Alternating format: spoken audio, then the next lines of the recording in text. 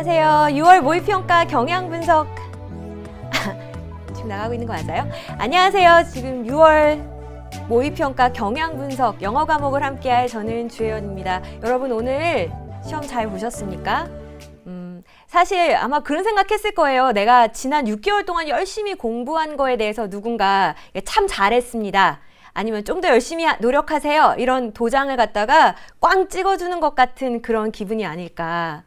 근데 사실 우리 지금 제자리에 서 있는 것 같이 보여도 사실은 포기하고 싶은 순간들, 버거웠던 감정들, 그런 것들 잘 이겨내면서 우리 무너지지 않고 이 자리에 이렇게 버티고 서 있었던 거잖아요. 그래서 한 번은 여러분한테 진짜 고생했다고 제 온 마음을 담아서 잘하고 있다, 수고했다, 이 얘기 꼭 해주고 싶었습니다.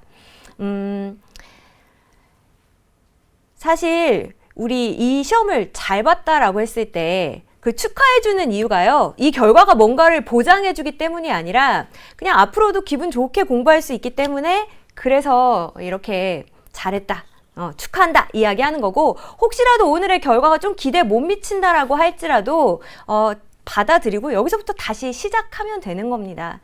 여러분들이 어떻게 시험 봤는지 사실 좀 알고 싶거든요. 그래서 지금 댓글에다가 잘 봤어요, 아니면 조금 기대 못 미쳤습니다, 이런 얘기 올려주셨으면 좋겠고요. 다른 선생님들은 보니까 이렇게 같이 하는 파트너가 있던데 저는 특별히 월드스타 펭수랑 이렇게 함께 하려고요. 펭수야, 잘 봤니? 네. 지금 여러분들 펭수가 상품으로 준비되어 있는 또 이벤트가 기다리고 있습니다. 아세요? 일단 지금 라이브 함께하고 있는 이 화면을 딱 캡처하셔가지고 SNS에 인증샷 올려주시면은 다양한 상품이 기다리고 있고요. 자세한 응모하는 방법은 우리 EBSI 홈페이지에 나와 있으니까 여러분 참고해서 보셨으면 좋겠습니다. 자, 이렇게 계속 행복한 얘기만 하고 펭수 요들송도 듣고 이렇게 하면 좋은데, 그래도 오늘 시험 본 거에 대한 이야기를 좀 해야 또 우리가 앞으로 어떻게 공부할지 방향을 설정할 수 있지 않겠습니까? 그래서 저랑 자리 옮겨서 오늘의 시험에 대한 이야기 좀 해보도록 하겠습니다.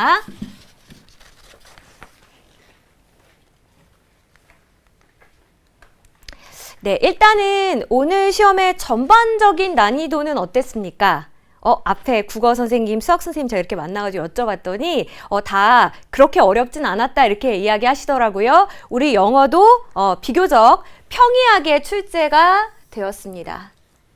그래서 혹시라도 나는 별로 안 쉽던데 라고 생각했다면 아마 영어 독해 연습 교재를 아직까지 제대로 공부를 안 하셨을 거예요. 그래서 그런 거니까 조금 더 내 연계 교재 공부에 분발해야 되겠다 이렇게 생각하셨으면 좋겠습니다. 일단은 우리 앞에 18번 문항부터 저랑 차근차근 시험지 같이 본다 생각하시고, 지금 시험지 앞에 있습니까? 보면서 좀 이야기했으면 좋겠습니다. 일단 대의파악 유형 있잖아요. 목적, 심경, 주장, 여기를 이제 대입학 1 유형이라고 했을 때 이 부분은 문장 길이도 굉장히 짧았고요. 그래서 구문 복잡성도 저는 하라고 이야기해주고 싶고, 내용의 복잡성에 있어서도 어렵지 않았습니다. 그래서 이 페이지는 굉장히 빨리 풀 수 있었으면 하는 게 저의 바람입니다. 어떻게 잘 푸셨어요?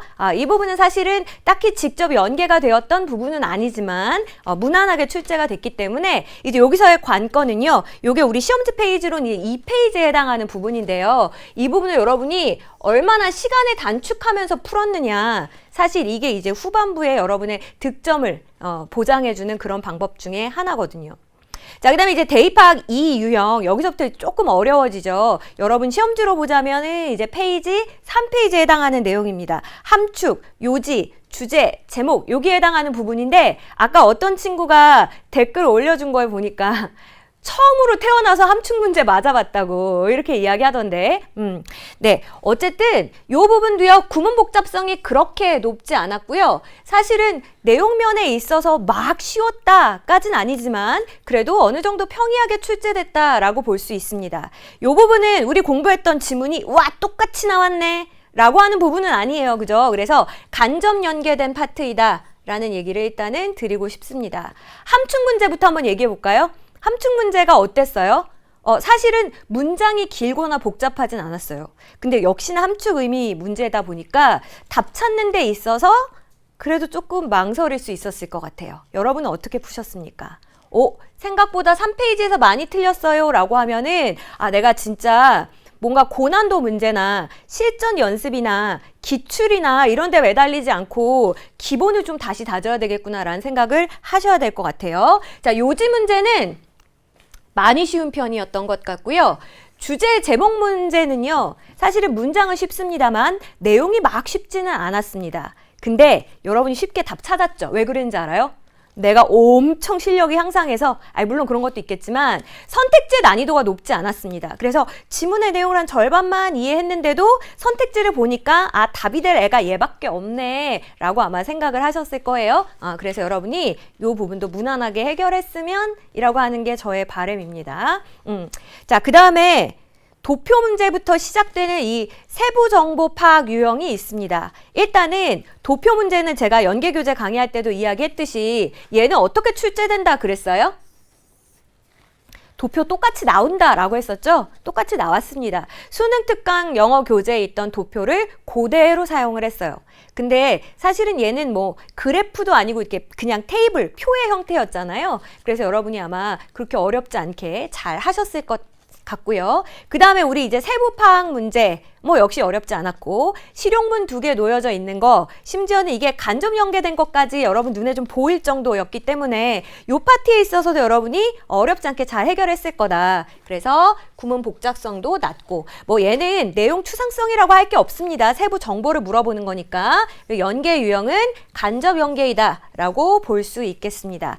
근데 예전에는 제가 그랬거든요. 얘들아, 듣기 할 때는 듣기만 푸는 게 좋을 것 같아 이렇게 얘기했는데, 그래도 이 고질적인 시간 부족의 문제를 해결을 못하는 경우가 많더라고요. 그래서 제 생각에는 요 실용문 파트 있잖아요, 요 페이지를 갖다가 한 귀퉁이 딱 접어두시고 듣기 중에서 이거 완전 쉬워, 그리고 답이 확실히 얘야 라고 생각이 됐을 때에는 내려와서 바로 실용 문제 풀어보는 것도 괜찮은 것 같아요.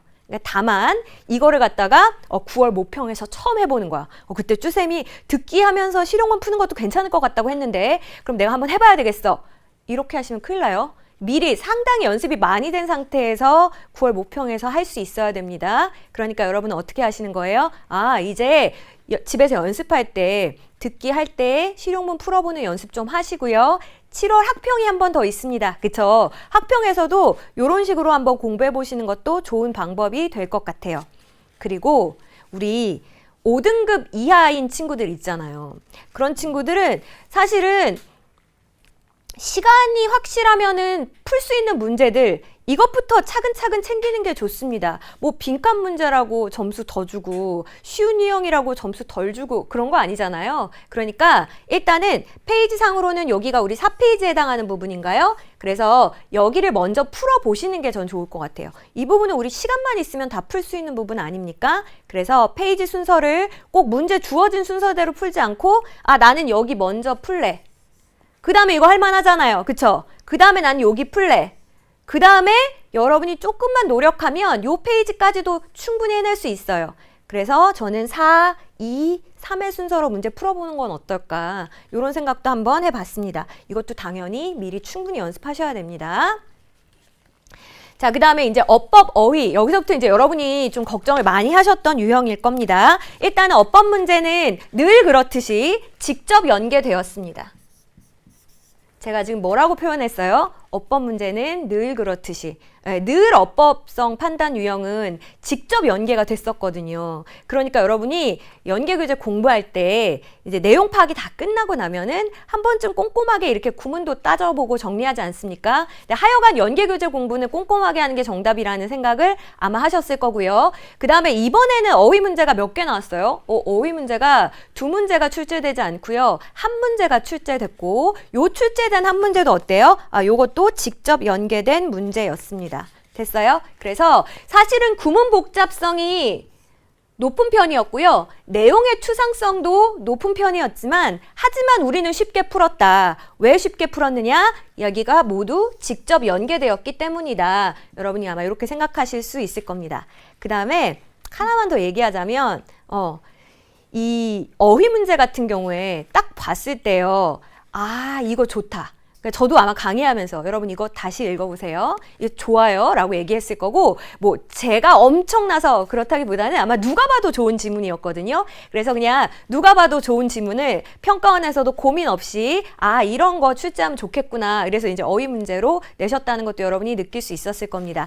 특히 수능보다 6월, 9월에선 이렇게 누가 봐도 좋은 문제들이 딱딱딱딱 배치돼서 출제되는 걸 여러분이 확인하실 수 있을 겁니다. 자, 그 다음에 이제 간접 쓰기 유형이요. 여기가 사실은 힘들었죠. 근데 초반부는 기분 좋게 풀 수 있었습니다. 자, 어떤 부분에 해당하는 부분이요?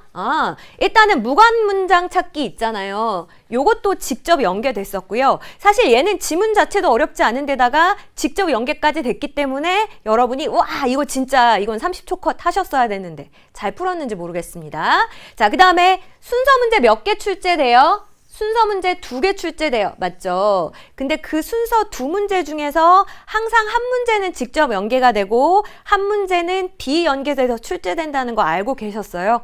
아이고, 아직 몰랐어요. 우리 지금부터 이제 기억해 두셔야 돼요. 그래서 이 순서 문제에 직접 연계되는 걸 맞추기 위해서 이렇게 하는 친구들이 있더라고요. 이 지문에 있는 모든, 연계 교재에 있는 모든 지문들을 다 순서 교재로 바꾼 변형 문제집을 구해다가 그걸 막 다 풀어보는 거야. 굉장히 약간 시간 대비 비효율적인 방법입니다. 그쵸? 그냥 차라리 글을 한 번 읽을 때 완벽하게 장악을 하고 아, 이 얘기는 이래서 다음에 이 얘기가 나와야 되지, 이렇게 파악해서 푸시는 게 낫지, 이걸 뭐 순서 문제로 다 바꿔서 풀어본다, 이제 이렇게 생각하진 않으셨으면 좋겠고요. 자, 그 다음에 문장 삽입 유형 같은 경우에도 두 문항 중에서 한 문항은 보통 직접 연계가 됩니다. 그래서 이 부분도 직접 연계된 부분이었을 거고, 자, 그 다음에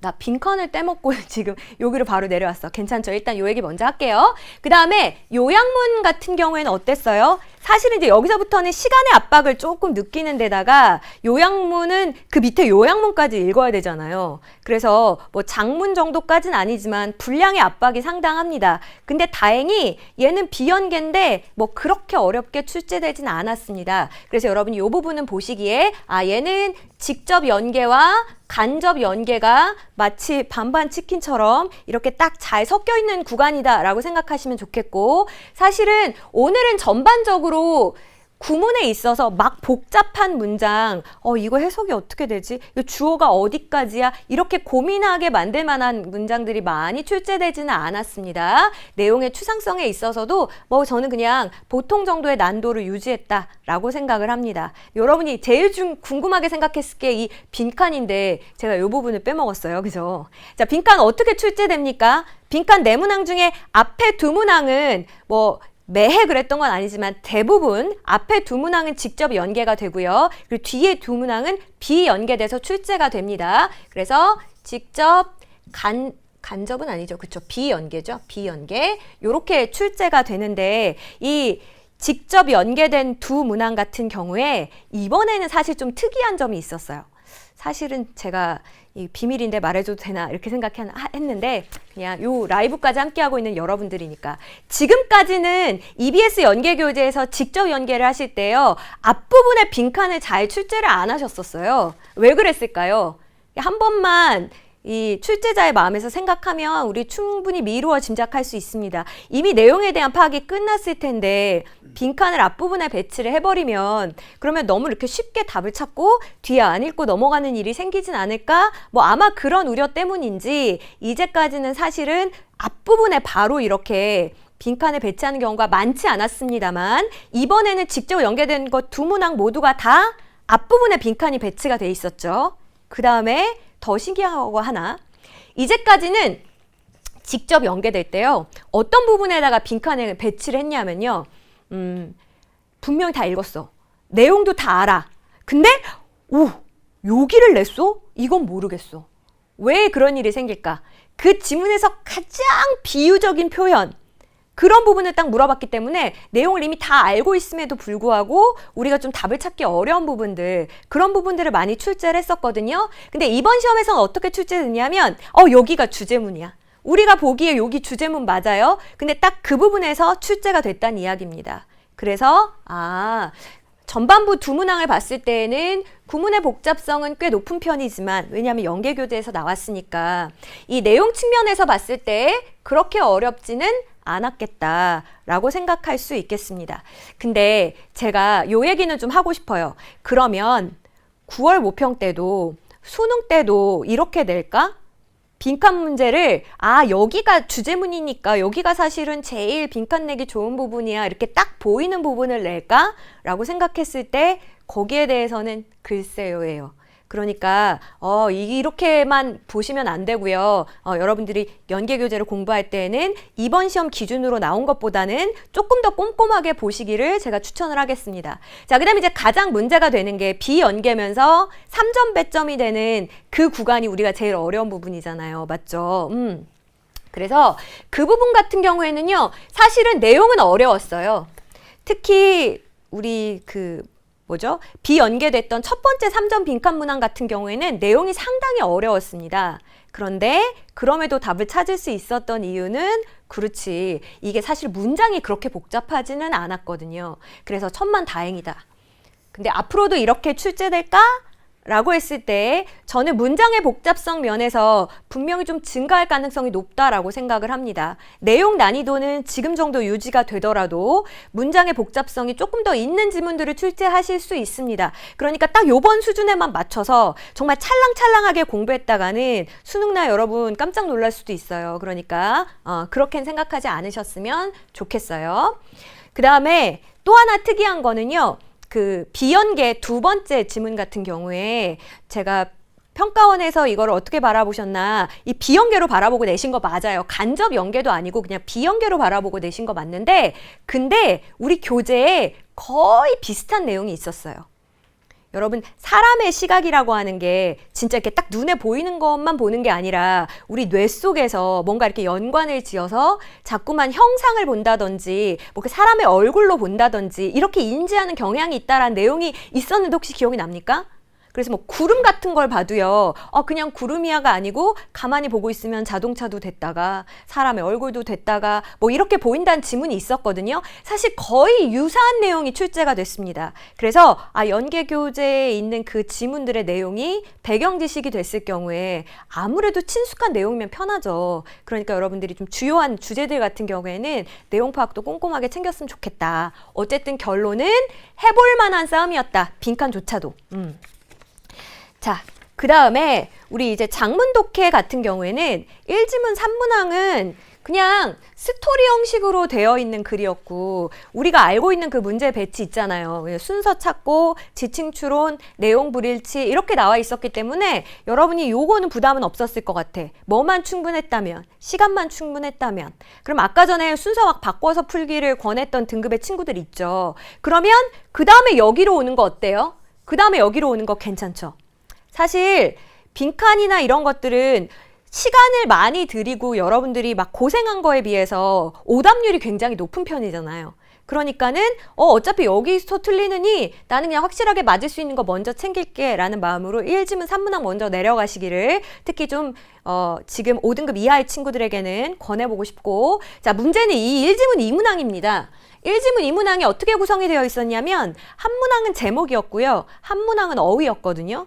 근데 제목 문제는 쉽게 출제된 편이었고 어휘 문제는 3점 배점이 괜히 3점이 아니더라고요. 이거는 사실 상당히 좀 어려웠습니다. 그래서 여러분이 특히 막판에 심리적으로 좀 압박을 느끼면서 그리고 막 시간에 쫓기면서 공부하기엔 문제를 풀어내기에는 쉽지 않았을 거다라고 예상을 합니다. 자, 근데 뭐 내용의 복잡성 면에서 구문의 복잡성 면에서 역시 그렇게 복잡하진 않았기 때문에 제가 지금 내용이 좀 어려웠을 거다라고 생각하는 부분은 그 어휘 문제 정도, 그 정도면 여러분이 충분히 잘 해내지 않았을까라고 생각을 합니다.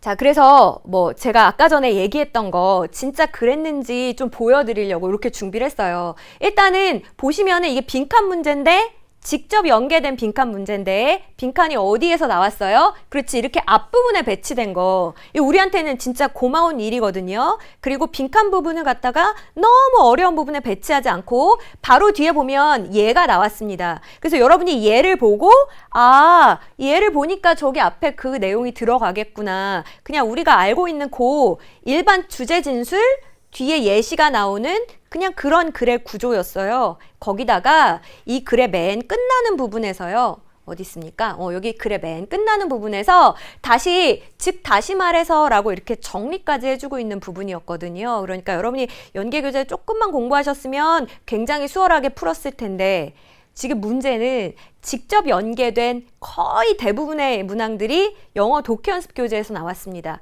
그래서 나는 영어 수능 특강 영어만 열심히 공부하고 독해 연습 이제 6월 모평 끝나고 공부해야지 하고 했는데 연계된 걸 하나도 체감을 못했어. 너무 실망해가지고 나 이 연계교재 하지 말까봐 이렇게 생각했다면 그게 아니고요. 이번에 거의 출제가 영어 독해 연습에서 직접 연계가 많이 됐기 때문이다. 이렇게 생각하셨으면 좋겠어요. 자, 하나 더 보여드릴게요. 자, 요번에는 보시면은 무관한 문장 찾기였습니다. 그래서 무관한 문장 찾기답게 우리 제일 많이 알려진 구조 중에 하나잖아요.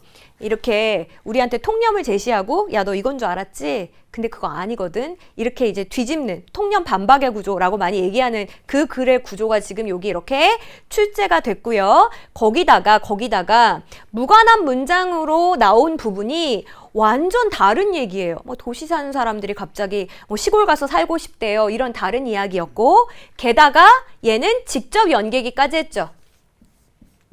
그러니까 제가 바라건대 요 문항은 정말로 30초 컷 하셨으면 좋겠다 라고 생각했는데 그렇게 풀었어요. 한번 봅시다. 아이고.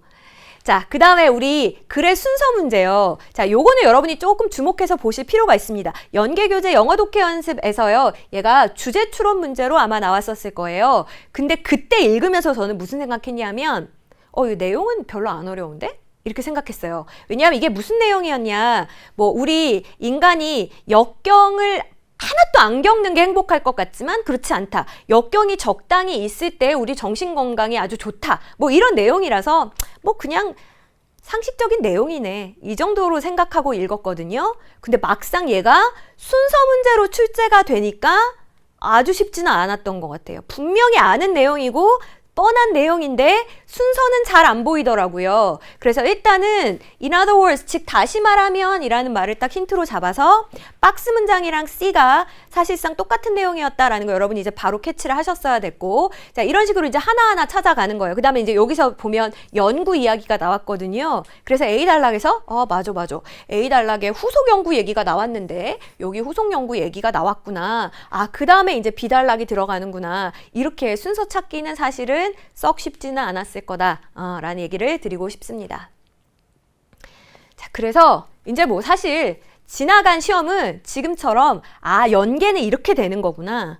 영어에서는 사실 고마운 게 딱 정해져 있잖아요. 이거 두 문항 중에 하나는 직접 연계, 하나는 비연계.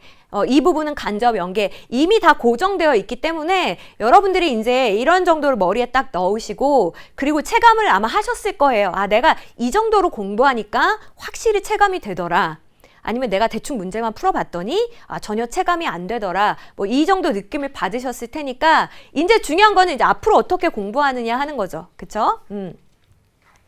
자, 일단 단순히 주제만 파악해가지고는 답을 찾기 힘들 수 있습니다. 이번 시험은 여러 가지 여건상 단순히 주제를 파악해도 어느 정도 답의 윤곽을 찾을 수 있게 출제를 하셨지만 이 부분에 있어서는 변동이 충분히 있을 수 있다. 그래서 꼼꼼하게 지문의 논리를 분석하는 거를 여러분은 제1과제로 삼으셔야 됩니다. 근데 알아요. 지금 제일 많이 들어오는 질문이 변형 문제는 언제부터 몇 건을 풀어봐야 됩니까? 이런 걸 많이 물어보는데 보세요, 여러분. 9구단을 완벽하게 외우고 있으면 3, 7을 물어보던 5, 9를 물어보던 그냥 바로바로 쓸 수 있는 거죠. 근데 9구단 문제집을 막 10권 사가지고 풀어보겠대. 그게 그렇게 똑똑한 공부 방법인지 잘 모르겠어요. 여러분한테 그렇게 권하는 많은 분들은 여러 가지 이해관계가 얽혀있는 분들일 가능성이 커요. 근데 여러분이 한번 잘 판단을 해보세요. 맞아. 9구단 외울 때도 그렇고 문제 풀 때도 그렇고 일단 완벽하게 장악이 돼 있으면 문제 푸는 거는 그냥 확인용 정도로 여러분이 하시면 되잖아요. 그쵸? 그러니까 이 부분에 있어서 우선순위를 혼동하지 않으셨으면 좋겠습니다. 그리고 나는 그러면 여러분은 뭐 연계빨 이렇게 표현을 하던데 나 연계 좀 효과를 제대로 누리려면 외울래요 이렇게 생각하는데 여러분 지금 직접 연계된 문항, 7문항 남짓된 그걸 맞추자고 이걸 다 외우실 거예요. 이 두꺼운 교재를요. 그렇게 생각하지 마시고 내가 어차피 영어 공부해야 되는 건데 그 시중에 있는 많은 문제집 중에서 기왕이면 여기서 그대로 몇 문항 나온다는데 이거 갖고 공부하겠다 생각하시고 공부하고 난 다음에는 이거 조금 더 꼼꼼하게 보겠다 이렇게 생각하시는 게 맞는 거죠. 이거 다 외워야 되겠다 이렇게 생각하시면 그건 진짜 아닌 것 같아요. 자, 그 다음에 이제 비연계 부분에 대해서 여러분이 생각할 수밖에 없는데 일단은 이번 시험에서 1등급 받았다라고 하는 친구들은요. 고난도 비연계 문항 연습하셔야 돼요. 아직 기출문제 안 풀어봤다면 내가 특히 약한 문항들 기출로 쭉 한번 모아서 유형별로 풀어보는 거 분명히 굉장히 도움이 될 거고요. 자, 그 다음에 이런 유형이 있어요. 나는 대입학 부분에서 오답이 낮다. 우리 페이지로 따지자면 2페이지, 3페이지 여기에서 오답이 낮다. 자, 그러면은 이 친구들은 기출 풀고 뭐고 이건 지금 여러분이 해야 될 일이 아닙니다. 여러분은 일단은 문장을 해석하는 능력부터 키우셔야 돼요. 제가 지금 아까 이거 막 화살표로 표시하면서 문장 복잡도에 있어서 많이 복잡했습니다 라는 부분은 비연계에선 거의 표시가 없었거든요. 그렇다는 얘기는 이 부분에선 충분히 향후에 난이도 상승이 이루어질 수 있다. 그러니까 대입학 유형에서 하나라도 오답이 났으면 나는 진짜 문장 해석 공부를 완벽하게 다시 해야 되겠구나. 지금 너무 늦은 거 아니냐 이렇게 얘기하는데 아니 늦긴 뭐가 늦습니까? 나중에 10월달 가서 그때 나 역시 문장 해석이 안 됐나 봐. 그때 가서 다시 돌아가긴 힘들죠. 지금은 전혀 늦은 거 아니고요. 여러분 일단은 이 항아리에 빈틈이 없이 잘 메워야지. 구멍 나 있는데 계속 물만 부으면 뭐 할 겁니까? 옆에 친구 뭐 푸는지 신경 쓰지 마시고 일단 이거 필요한 거 하셨으면 좋겠고요. 자, 그 다음에 이런 유형이 꼭 이번 시험뿐만 아니라 있어요. 나는 지문은 다 파악했다. 근데 선택지에서 틀렸다. 특히 빈칸에서. 그래서 나는 뭐가 문제일까? 나는 뭔가 전략이 부족한 것 같다. 그래서 뭔가 스킬 강좌를 더 들어야 되나요? 이런 거 많이 물어보더라고요. 아니 근데 여러분 한번 거꾸로 생각을 해봐요. 출제하는 사람의 입장에서 이 지문 중에 그냥 읽으면 웬만큼 이해할 수 있는 부분이야. 그럼 어디를 내시겠어요? 그 중에서도 제일 어려운 부분을 내겠지. 그 부분은 빈칸으로 낼 거 아닙니까? 그러니까 사실은 지문을 다 읽었는데 대충 이해됐는데 선택지를 못 고르겠어요. 이게 특별한 무슨 증상이 아니라 출제자가 원래 제일 어려운 부분을 출제한 거 맞아요. 근데 여러분이 아직 좀 부족한 게 뭐냐면 이 지문의 뻔한 내용을 갖다가 조금 달리 표현했을 때 똑같은 말이 뭔지를 못 찾아서 그런 거거든요. 그러니까 이런 친구들은 앞으로 기출을 볼 때 선지가 어떻게 구성되는지에 대한 그 고민만 조금 더 하시면 될 것 같고요. 시간 부족형 같은 경우에는 제가 아까 전에 문제 푸는 순서 알려드렸습니다. 그래서 바꾼 순서로 한번 연습을 해보시라. 특히 이번 시험은 시간이 많이 부족해서는 안 되는 시험이었다는 생각이 들거든요. 자, 그래서 제가 이렇게 시간표를 좀 짜와봤어요. 여러분 막 실전 문제 풀 시간 모자라서 고민을 되게 많이 하더라고요. 근데 우리 일주일에 한 2회에서 3회 정도 실전 문제 충분히 풀 수 있잖아요. 어차피 실전 문제 푼다는 거는 막 꼼꼼하게 다 보는 건 아니니까. 그쵸? 그래서 이때 10회분 풀고도 남습니다. 꽃필날 모의고사로 우리 EBS 연계교재 변형 문제까지 풀 수 있고 그러면 이렇게 쭉 거슬러 올라왔을 때 여러분이 세 달은요, 문장 해석부터 기초부터 공부하실 수 있다는 이야기입니다. 그러니까 조급하게 생각하지 마시고 계획표대로 아직 안 된 부분이 있더라도 차근차근 따라가셨으면 좋겠습니다. 뭐 6개월이 거의 다 갔는데 내가 해놓은 게 하나도 없구나. 이렇게 생각하면 진짜 막막하죠. 그죠? 그리고 너무 좌절스럽고.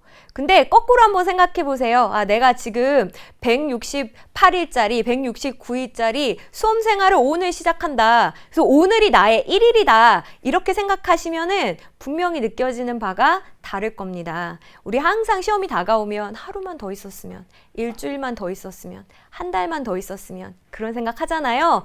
제가 지금 여러분한테 170여일에 가까운 시간 지금 드릴게요. 그러니까 여러분이 할 수 있는 진짜 최선을 다하셨으면 좋겠고 오늘의 결과에 너무 들뜨거나 마음 상해하지 않으셨으면 좋겠습니다. 여러분이 도달하고자 하는 최종 목적지가 어딘지 그걸 잊지 않고 가셨으면 좋겠어요. 자, 오늘 정말 고생 많으셨고요. 오늘 딱 하루만 쉬고 내일부터 또 다시 새 마음으로 달리는 겁니다. 안녕.